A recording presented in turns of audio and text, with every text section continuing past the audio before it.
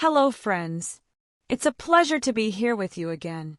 Today I want to talk to you about something very special, something that can touch the hearts of many. This is not just another video. It is a message that can help you better understand your emotions, to heal and find answers that you may not have known you needed.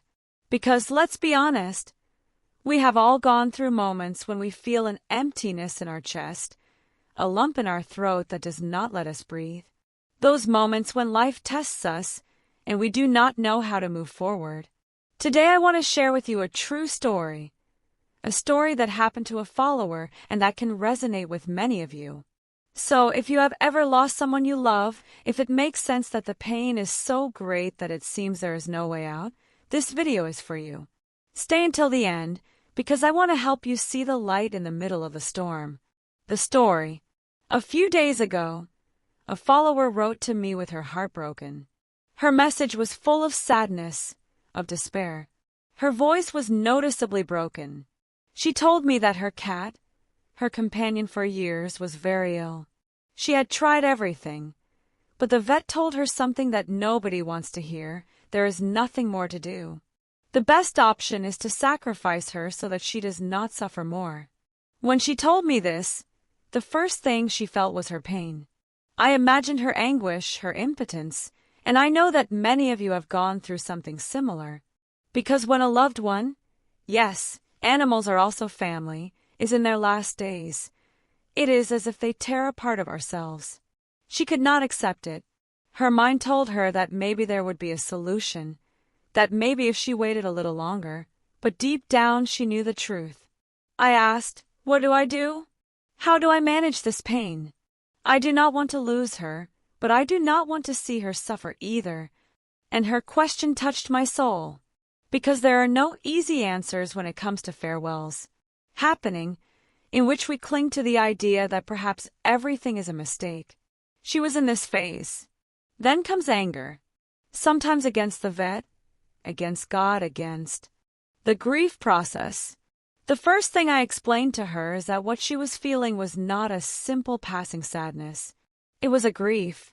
And grief is a deep, inevitable process that we all face when we lose something or someone important. It not only happens when a person dies, it also happens when we lose a relationship, a job, a dream, or, in her case, the health and life of her beloved cat. Our body and our mind react naturally to loss, going through different stages.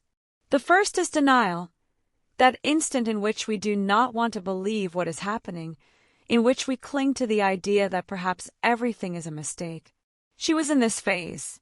Then comes anger, sometimes against the vet, against God, against life. Why her? Why now? We want to find culprits, because the pain is too great to accept it without further ado. Then comes negotiation. That stage in which we look for an alternative, in which we think that if we do something different, perhaps we can change destiny. But when we realize that none of this works, sadness arrives, that heaviness in the chest, that emptiness, that desire to cry without stopping. And in the end, after a process that can last weeks, months, or even years, acceptance arrives. It does not mean that we stop loving or remembering, but that we learn to live with the loss without it paralyzing us. I explained this to my friend, and although at first it was difficult for her to understand, little by little she began to see that what she felt was part of a natural process, a healing solution. But still, what could she do to alleviate her pain? I gave her a simple but powerful advice: write a letter to her cat. I asked her to take paper and pencil and that, without filters, without fear, she write to her pet everything she felt. That she express her pain, her anger, her love. That she thank her for all the beautiful moments together, for every caress, every game, every night in which her cat snuggled up beside her and made her feel accompanied. And at the end of the letter, I asked her to write a phrase that would mark a before and after. I love you and I will always love you, but I accept that the time has come to let you go. After writing it, she had to read it aloud, feel each word, and then tear the letter into pieces, letting it go with the wind or burning it as a symbol of farewell. And that is what she did, days after I wrote, and although her cat was no longer with her, she told me that something inside her heart had been relieved. The pain did not disappear overnight, but she felt that she could breathe again. Another friend, another story. The most incredible thing about this story is that another friend, who knew her case, saw herself reflected in it. She told me, "Now I understand why stray cats hurt me so much. Every time I see one, I feel such a deep sadness that sometimes I prefer not to go for a walk, because I know that if I see an abandoned cat, I will arrive home heartbroken." Her confession asked me, and I asked her why she thought she felt that way. After reflecting, she realized something shocking. Her sadness did not have so much to do with the cats themselves, but with her own childhood. Since she was little, she had experienced feelings of abandonment. It does not mean that they really abandoned her, but when she was left alone at home, when her parents left even if it was only for a while, she felt an immense emptiness.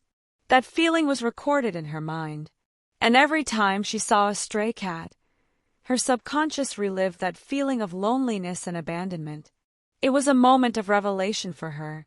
She finally understood why she suffered so much for the animals she could not help, and by realizing this, she was able to work on it. She no longer feels that unbearable weight every time she sees a cat on the street. She continues to love animals. She continues to want to help them, but she has learned to separate her own pain from the external situation. The lesson that remains. What does the story teach us? It shows us that many of the emotions we feel are not born from the present, but from past wounds that we have not healed. It shows us that when we face a loss, we not only cry for what we are losing now, but for what at some point hurt us and we did not know how to handle it.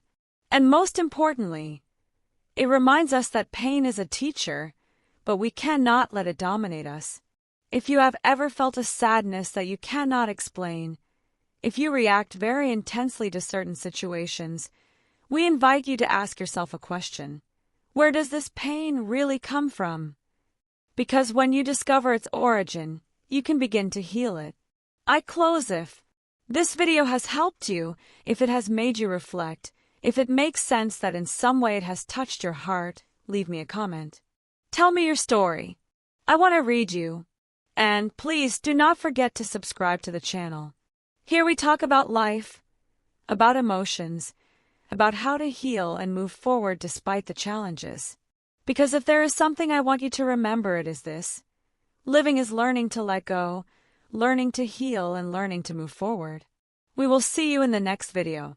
Until then, I send you a huge hug,